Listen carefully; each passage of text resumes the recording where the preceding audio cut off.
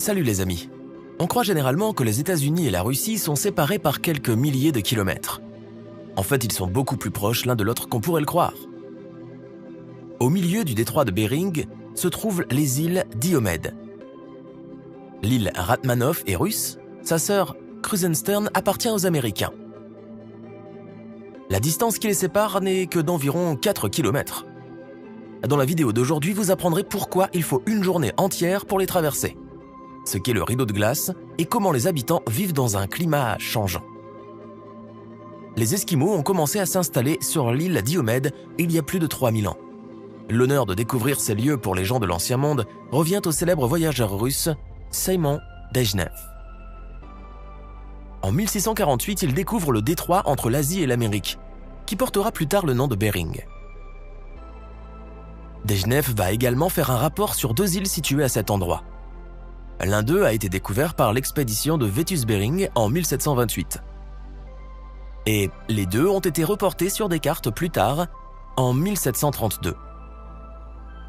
Ils ont reçu leur nom russe moderne au début du XIXe siècle, grâce à Otto Kotzebue, un lieutenant de la flotte de l'Empire russe. En 1867, Alexandre II a vendu l'Alaska aux Américains. À l'époque, on pensait que ces terres étaient peu utiles, et on dépensait beaucoup d'argent pour leur entretien. Les Russes ont reçu une somme dérisoire de 7,2 millions de dollars de l'accord américain.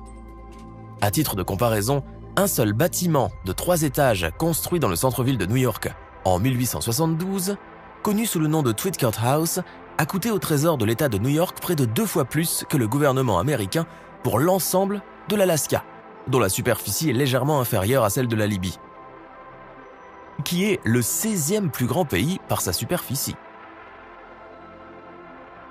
Après la vente de l'Alaska, une frontière d'État a commencé à être tracée entre les îles Diomède. Mais au début, ces changements n'ont pas beaucoup dérangé les habitants. Les habitants de la région du détroit de Bering se sont toujours considérés comme un seul peuple. Jusqu'en 1948, les familles vivant sur des îles différentes se rendaient visite sans trop de problèmes. Après la Seconde Guerre mondiale, les relations entre l'URSS et les États-Unis se sont détériorées et la frontière a été fermée. Comme cela arrive souvent dans de tels cas, les gens ordinaires ont beaucoup souffert à cause de la politique. Les militaires se sont installés sur l'île Ratmanov, tandis que la population civile a dû se déplacer en Sibérie. Naturellement, personne au pouvoir n'était intéressé par leur consentement. En conséquence, la frontière a été surnommée le rideau de glace. Il était semblable au rideau de fer, un terme rendu populaire par Churchill et qui a marqué le début de la guerre froide. Mais au fil des années, le rideau de glace a commencé à fondre. Le 7 août 1987, la nageuse américaine Lynn Cox, qui avait déjà réussi à traverser la Manche, le détroit de Magellan et à passer le cap de l'Espérance, a franchi la distance entre une île américaine et une île de l'URSS. La température de l'eau n'était que de 6 degrés au moment de sa baignade. La courageuse sportive était accompagnée par les habitants de l'Alaska en kayak. Les 2 présidents, Mikhail Gorbatchev et Ronald Reagan, l'ont félicité pour ce passage en 2 heures. Lynn Cox est souvent considérée comme un symbole de la fin de la guerre froide. En 1989, les pays ont signé un accord sur les déplacements réciproques entre les résidents de la région du détroit de Bering. Le rideau de glace n'est finalement tombé qu'en 2015, lorsque les États-Unis se sont acquittés de toutes les formalités. En vertu de cet accord, les autochtones de l'Alaska pouvaient rendre visite à leurs proches, aux Tuchkotka et vice-versa. Pour voyager, il fallait recevoir une invitation de parents de la région désignée. Une visite était autorisée pour une durée maximale de 90 jours. Il est difficile de dire comment les choses se passent en 2021, car les médias n'en parlent pas. Comme nous l'avons déjà mentionné, les îles de Diomède sont séparées par une distance ridicule de quelques 3750 mètres. Mais si vous voulez vous sentir comme un voyageur du temps, les traverser est une excellente façon de le faire. Le fait est que les îles sont séparées par une ligne internationale de changement de date et se trouvent dans des fuseaux horaires différents. Le décalage horaire est de 21 heures, les Russes devançant les Américains. C'est pourquoi l'île Ratmanov est parfois appelée l'île de demain et l'île Krusenstern, l'île d'hier. Ce fait curieux est devenu largement connu des téléspectateurs étrangers en mars 2021, lorsqu'un blogueur TikTok a publié une vidéo expliquant comment passer de la Russie aux États-Unis à pied. Et ici, cependant, il a un peu menti. En raison du changement climatique, il n'y a plus de glace dure entre les îles comme avant. Et il a également parlé du décalage horaire. La publication est devenue virale, recueillant des millions de vues, après quoi de nombreux médias ont écrit à son sujet.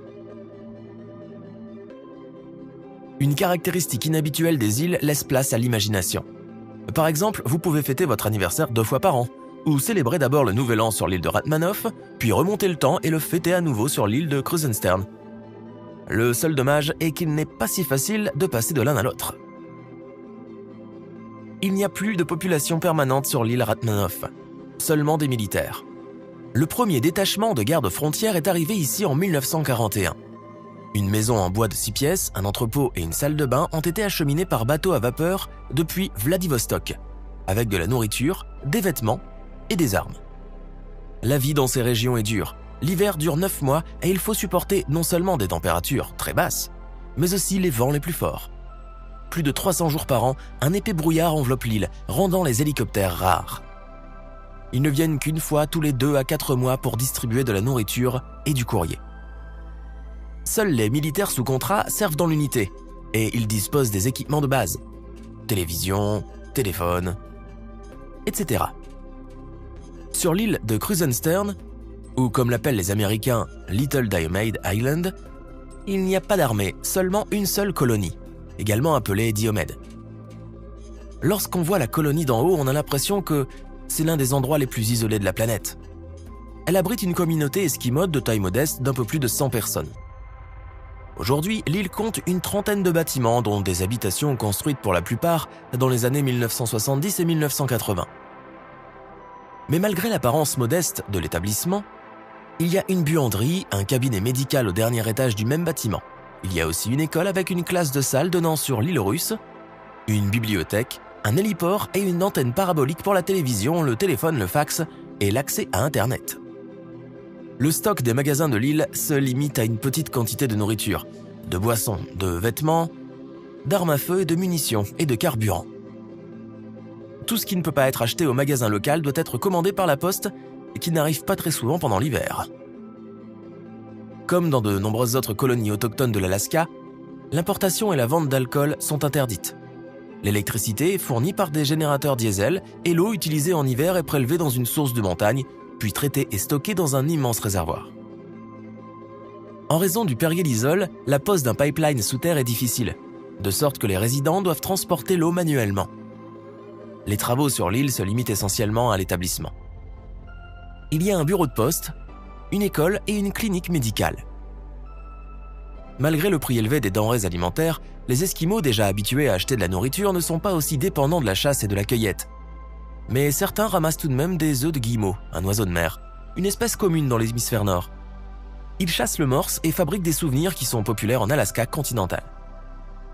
Le revenu annuel moyen d'une famille sur l'île est d'environ 25 000 $, ce qui est peu en raison des prix élevés et de la dépendance des insulaires à l'égard des denrées alimentaires apportées. Disons qu'un paquet de détergent à lessive ordinaire coûte 45 $. En général, la vie sur l'île est non seulement difficile, mais aussi coûteuse. Dernièrement, le changement climatique est venu s'ajouter aux problèmes des Esquimaux. Chaque année, il fait de plus en plus chaud, et le mode de vie traditionnel en souffre. Les habitants de l'île, en particulier les jeunes, ont lentement commencé à penser à la réinstallation. Mais malgré cela, les voyageurs notent que les habitants semblent plus heureux que de nombreux résidents des grandes villes. Mes amis, c'est tout pour aujourd'hui. Aimez la vidéo, abonnez-vous à la chaîne, et à bientôt!